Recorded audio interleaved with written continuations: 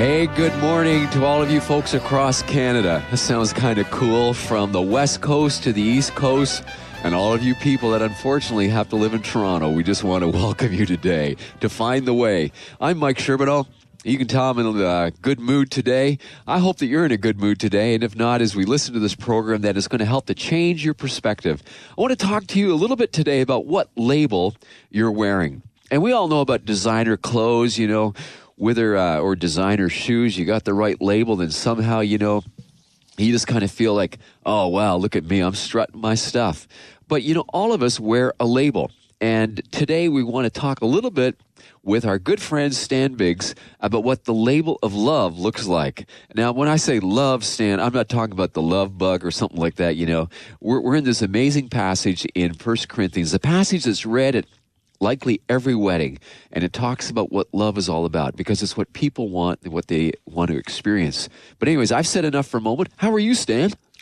I'm doing not that badly, and it's always good to spend a little time with you, because given the fact that you have a brother Stephen with Down syndrome and I have brother Jonathan and 1,000 other things in common, every time we're together, there's some new aspect of being alive, of being human, and loving that sort of shows up, and I'm grateful for that. Well, as we talked last week about your son Jonathan, he just wears his label for everyone to see. He's raw, he's vulnerable, he's just open and accepting. Doesn't matter what you look like or what you're wearing. He didn't actually care what I was wearing today when I saw him. That's right. And I was really trying to dress up well. So if you want to see how I'm looking, go online right now. You can see my cool vest that I've got. My kids bought it for Christmas. We get caught up with a whole bunch of that stuff. I want to read today for our listeners these words in 1 Corinthians 13. It says, love is patient, love is kind. It does not envy, it doesn't boast, it is not proud, it's not rude, it's not self-seeking, it's not easily angered, and it keeps no record of wrongs. It always protects, always trusts, hopes, and perseveres. Well, those are powerful words, and I would love them to be said of all the people that cross my path, but for that to be a part of my life, for those words to be the label that I wear, I think there has to be a major work of construction done in my life. And we're going to talk about how that happens. Let me tell you an interesting story. On a wall near the main entrance to the Alamo in San Antonio, Texas, is a portrait with the following inscription. It's profound. James Butler Bonham. No picture of him exists. This portrait is of his nephew, Major James Bonham, who died and greatly resembled his uncle. It is placed here by the family that people may know the appearance of the man who died for freedom. They didn't have a picture of the real guy, but they had a picture of one of his relatives, and he embodied that so much.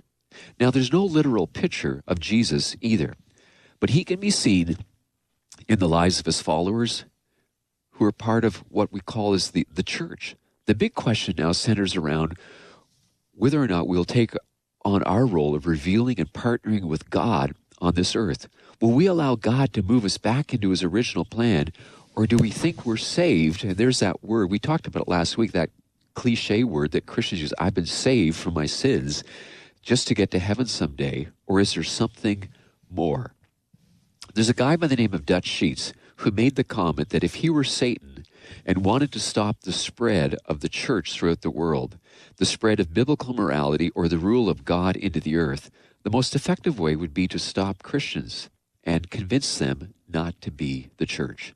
And Stan, when I'm talking about the church, I'm not talking about the church on the corner down the street, whatever the label it is, whether it's Baptist or Pentecostal or Catholic, or it could even be a Hindu temple. It's not what we're talking about. We're talking about those who say, I'm a follower of Jesus, and I want his life and his character to be seen in me. This passage is often read at weddings, and we all know about marriage to some degree. What a good one, I suppose, is supposed to look like, and what a bad one is, well, we all know what they look like. I remember meeting at a local restaurant to talk to an individual about his marriage relationship. And in the midst of the conversation, I found out that in his own journey, not only had he come to the conclusions about marriage, but he'd also come to the conclusions about the church. Why he didn't go to church was quickly obvious. He wasn't convinced that the church was this great institution that everyone was saying it was supposed to be. And then I got to talking with him about God's design, what it was, and what God's intention was for him. And in these verses that we're reading, there are about 16 labels for love. It describes what love is to look like, smell like, and feel like. You read them over and you'll like them a lot. And you'll say, I want to be part of a group of people that care that way.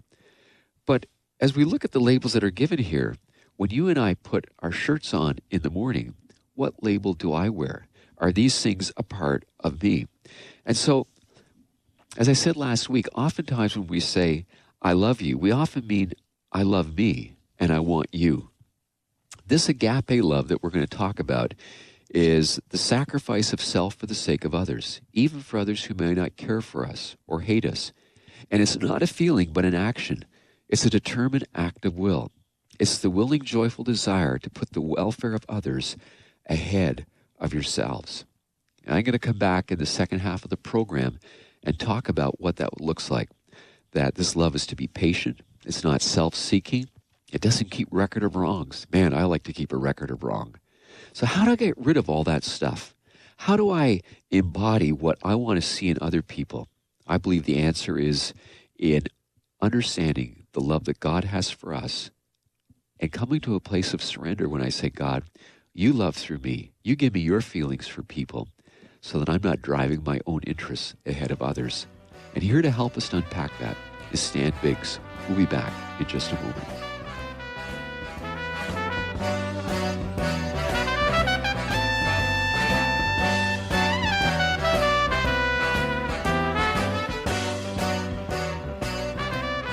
Welcome back to Find the Way. I hope you write to us at findtheway.faith. We'd love to hear your thoughts. Maybe you have some subjects you'd like us to address.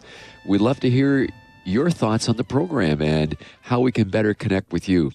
But glad you're listening this morning all across Canada, and especially glad that Stan Biggs, the famous Stan Biggs, is with us today. Stan, glad you're here. Yeah, I am too.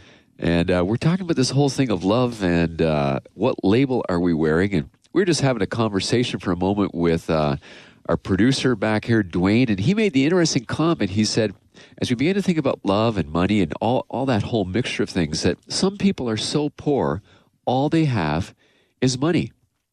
And when we get to the end of life, what we really desire is not so much money or the things that money can buy, but we long for relationships, we long for friendships.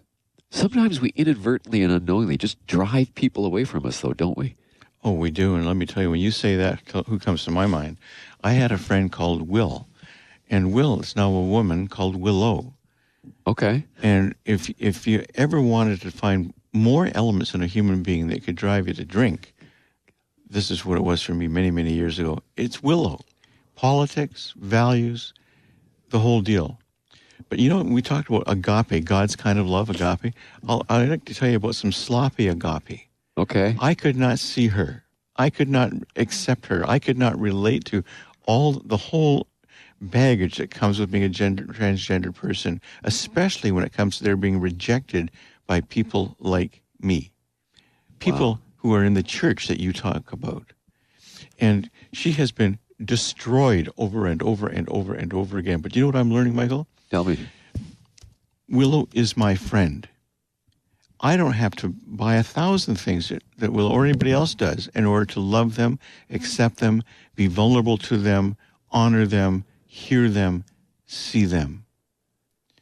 And I think it's a crucial thing for us not to depend on our behavior codes, our codified systems of belief, and God help you if you or anybody else steps outside of them. I pull the drawbridge up. There's no more friendship. And I'm learning that that's the craziest thing to do. Well, Stan, you've talking about an illustration that some would say is, to the far right or the far left. That's a huge thing to process. And yet in reality, it's not, because we're constantly being bombarded with people saying, will you value me? Will you honor me for who I am? Help us out of what you've learned with your friendship with Willow to understand how we process the bigger picture of life, like in my own life, because sometimes I just don't want to be vulnerable. And maybe it's with my children, maybe it's with my spouse, even with you. I think we were driving in here today to record the program, and there was something that was really eating away at me. And finally, I told you what it was. Because when I shared that with you, then I somewhat feel a little bit emotionally naked. Does that make sense? Oh, absolutely. But you know what happened when you did that? All of a sudden, my frustration, my anger, my impatience went out the window because you honored me with telling me who you are. The same thing happened today in the hospital. I just had a cardiac event, which has been for my family. That doesn't sound like a party. No, it's not a party at all. In fact, it's frightening. My first morning in the hospital, I hear this raucous voice say, "Stanley?" And I said, "Stan." Well, this little Scottish lady, her hair all of a tussle, walked in, slapped a meal on my table and said, "Stan." Turned around and walked out. I thought, who in the heck is that? They've been hiring homeless people in this outfit. Well, when she came back, I decided to look at her and talk to her and get to know her. And do you know what happened? By the end of her cleaning the same strip of real estate about 20 or 30 times, I could see who she is. She loved the Rolling Stones, and on and on and on and on it went. Well, the next morning she comes in and said, "Carolyn," she said, "you remember me." My point is, when I choose to open up and love and care for and respect, those are entirely different. In fact, I don't even like what they do or who they are. Something magical happens. So Jesus talks so much, and he models what's called this agape love, which is selfless love. Yeah. Sounds so good. I mean, I want to experience lots of that. How do I love that way? Because I know people want that from me. That's what Carolyn wanted from you. You had to make a choice, didn't you? Oh, I did. And without getting into it, when we got down to the roots of what had even caused her behavior that morning, and to see who was really backstage, it was gorgeous. It was beyond gorgeous. I wish I could tell you the whole story, but there I am at one of the weakest moments I've had in a decade. But when the underpinning of your real nature, who you have become, kicks in, and you realize, wait a minute, I'm not the center of anybody's universe. This woman needs my understanding, my care, my love, every bit as I need that I do need it from her and the staff, the cardiologist and whatnot. That economy, when that economy becomes operative, it's like grass under concrete that breaks apart the calcified cement of our self-interest, selfishness, narcissism, whatever else you want to put to it. So if I can build on that powerful illustration, Stan, that if you're dealing with some cement in your relationship, let the love of Christ, which is the grass, grow up from underneath to change that relationship and to do and to respond to the people around you in the way that God has created you to do. You can change. You can be different with the help that Jesus gives. And here to sing about that is Hillsong Worship with a powerful song called Lead Me to the Cross. You were as I, tempted and tried.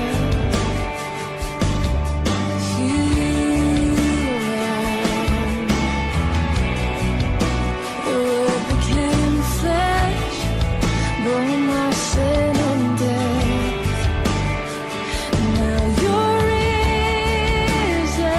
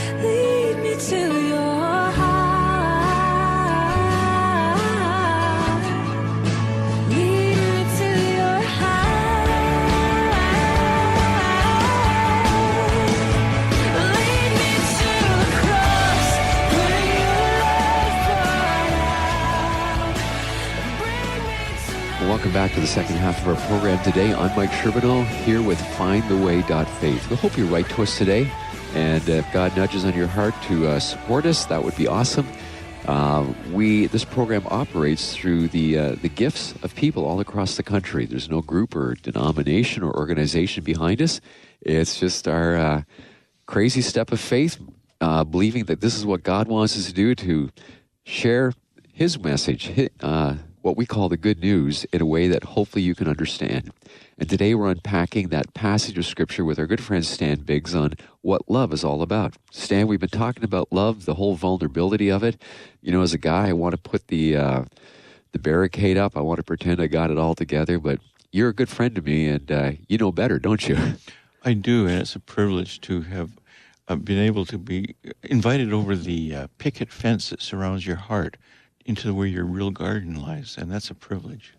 Well, you know, part of looking over the picket fence is these words that, man, I love them. I wish they were always a part of my life. Sometimes I feel like I'm scratching at the surface, but Paul writes, love is patient, it's kind, it doesn't envy. There's 16 of them here. He says it doesn't boast, it's not proud, it's not rude, it doesn't seek its own agenda, and the list goes on and on.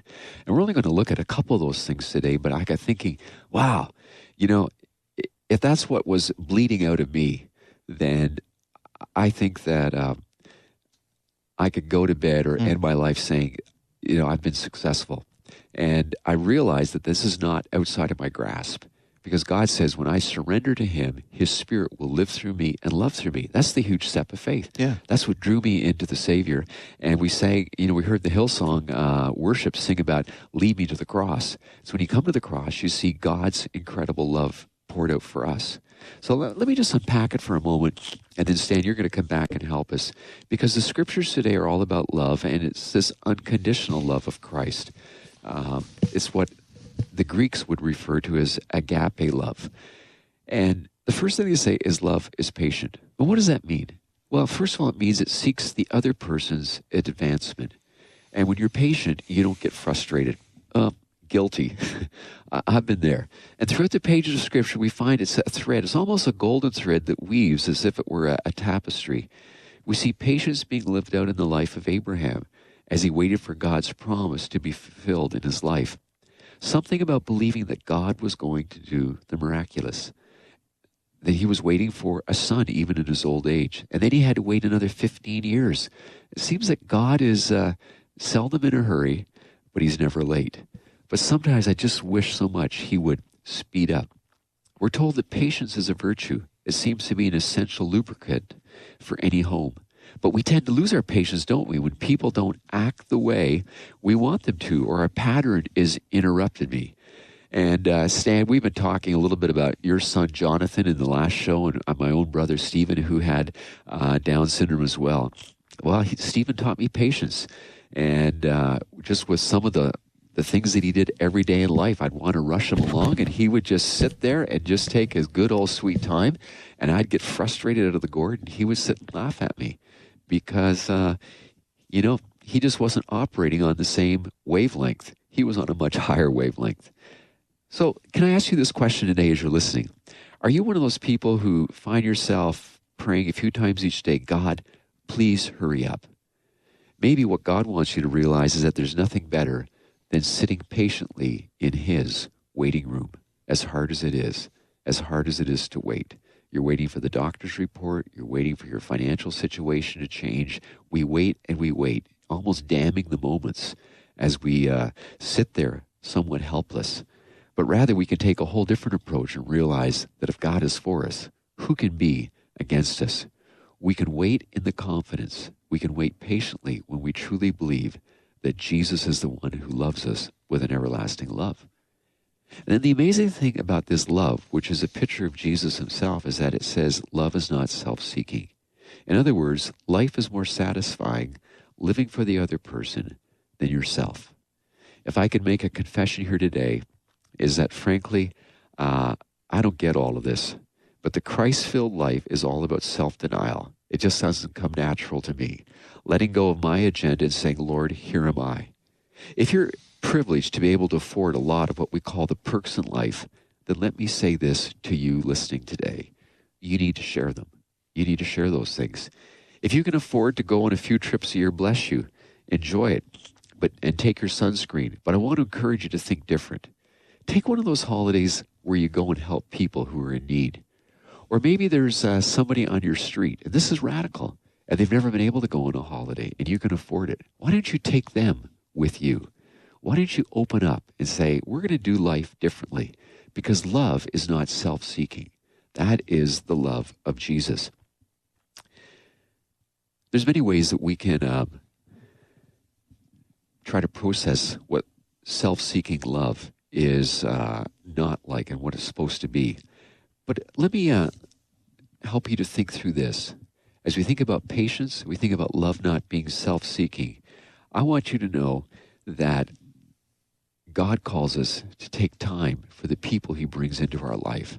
Remember our daughters, one day I was involved in a situation where we were really busy, I had plans for the day, and they come around the corner with a young kid who really was close to homeless. I think he was a foster kid. He had a scooter that was broken, and I was in a hurry. And my kid said, Dad, will you fix his scooter? And I have to confess, I didn't really want to do that. I was up on a ladder. I had my own agenda, and I looked at the scooter, and it was a mess. Not even the local garage could fix it. I was hot and frustrated, and I wanted to determine if this kid who needed help was more important than my blasted hedge that I was trying to cut. And when I said to him, what is your name? The quiet reply was, my name is Owen. And I said, have you asked your dad to fix it? And then he said to me quietly, my dad is dead. And how ashamed I was that at that moment that it took that to jar me out of my own agenda. But what was Jesus teaching me? He's saying that what real love is all about is not self-seeking, is realizing that God wants to immerse my life with the Owens of the world, who he brings into my life that are far more meaningful, that brings far more worth to me than ever cutting my hedge. Are you struggling with what I've shared today? Because the Bible also says that love doesn't keep a record of wrong. In other words, I know the people that have hurt me, but I also know the things that I've done to God. And he said, I forgive you, Michael. And in the same breath as he says that, he calls me to let go of the wrongs that have been said to me, the wrongs that have been done to me. When those things happen, when I discover and say, Lord, I'm going to be patient in the situation I'm in, when I'm not going to seek after my own agenda, but to be open to the Owens that you bring into my life, and when I choose not to keep a record of the wrongs that have been done to me, I walk in the freedom that only God can give. And it's the freedom he wants to give to each of you today. We'll be back in a moment. And again, Stan is going to be here to help us unpack the implications of this for us today.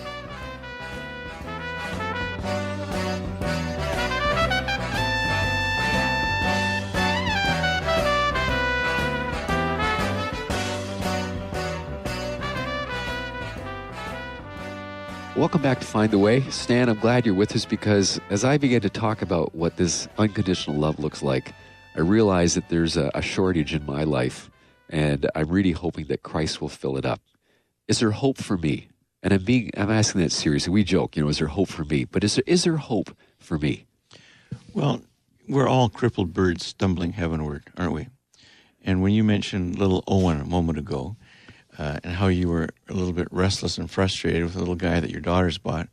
And then he said, but my dad is dead. I need you.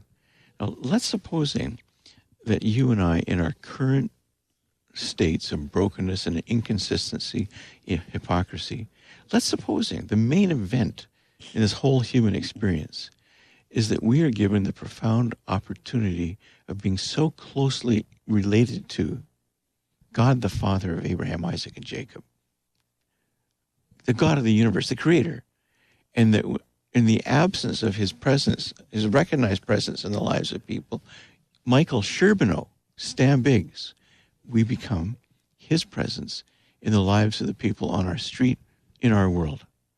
I really mess up at it, though, sometimes. I like to think that I do a grand job, but I struggle. Well, the point I'm trying to make is that we have no idea who we really are. And I think we wrestle with and we try to sell cartoons of God and cartoons of ourselves to each other. And it's no wonder my friend Willow, for example, hugely frustrated with the whole religious scene and want nothing to do with it. And I don't blame them. And what, Michael, let's just supposing that what you're doing here in the radio, in its rawest, most distilled form, is to enable people to escape from those paradigms of thought and behavior that rob them from any experience of their real selves and, moreover, the God who is there. What do you think? Well, then I think we would have hit the home run. Yeah. Yeah, we would have hit it out of the park. But for you and I to, they say that paradigms migrate. What does that mean? It means that let's look at it this way. Everybody's religious, whether you like it or not. We are. Because religion is just trying to make order out of my world. So we're all doing that to one extent or another. Let's supposing. The difference is the God we worship, right? Yeah. Okay, so carry on. But let's supposing that the church I went to, the mom and dad I had, the school I went to, the part of the country or the country into which I was born, let's supposing that process of socialization is completely dissonant to and makes a lie out of what is really real, whatever that is when it's home. Then I'm suggesting that our brokenness, our frustration, our discouragement, our sense of lostness, of aloneness, of isolation or depression, whatever it might be, that those things in a funny kind of way represent profound gifts that force us almost to go on a journey away from that place of emptiness and nothingness to our home and native land, our real home. That takes courage. And here's another thing that troubles me when we have programs like this. And that is we're inclined to think in privatized terms and forget that our little story is part of a big story. And my question to you and others is, do we have any sense of what that big story really is? Or are we wrapped around the axle of our own little tail? So when you say that, being wrapped around the axle of our own little tail, what do you see as the bigger story being played out? Give us that perspective as we bring the show to a close today. Well, if you go into that old book, they call the Bible. Right. In fact, many other books as well, we see the heart of one who longs for a family of friends, a relationship, and it transcends time. It goes beyond what we can see and feel. And if we can, I think, begin to get a grip on what that really, really means, that our existence goes far beyond what we can see, feel, touch, and hear. And that's where the language of our heart, our spirit, our intuition takes us far beyond the narrow confines of what we can perceive to what is really the main event. And so to help you as you ponder the main event for your life, you've been listening to Stan Biggs. I'm Mike Charbonneau, and there's nothing that we would want you to know more than to understand the fact that Jesus Christ, He does love you. And He invites us into a relationship with Him by simple faith. And not sure the prayer you will pray, but I know that when you open up your heart to God's, He will hear you.